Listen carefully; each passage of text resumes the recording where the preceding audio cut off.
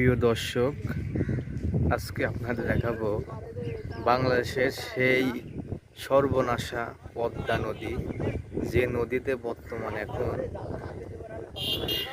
অনেক পানি এবং নদীর অনেক স্রোত। সেই স্রোতে কিন্তু দেখেন অনেক সুন্দর লাগছে এবং নৌকা ট্রলার চারিদিকে কিন্তু ভাসতেছে। এই পাশে অনেক ট্রলার এখনো জমা আছে এবং এটা কিন্তু বালি, এখান থেকে বালি সংগ্রহ করা হয়। এখান থেকে মানুষ বালি নিয়ে যায়। এটা হচ্ছে পদ্মা নদীর সেই বিখ্যাত বালি, যে বালি অনেক জেলায় অনেক জায়গায় যায়। আর এটা হচ্ছে পদ্মা নদীর আজকের সবচেয়ে তো সুন্দরতম একটা জায়গা, যেখান থেকে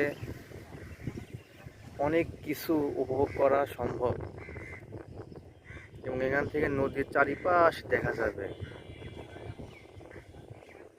বিশাল এক পদ্মা নদী।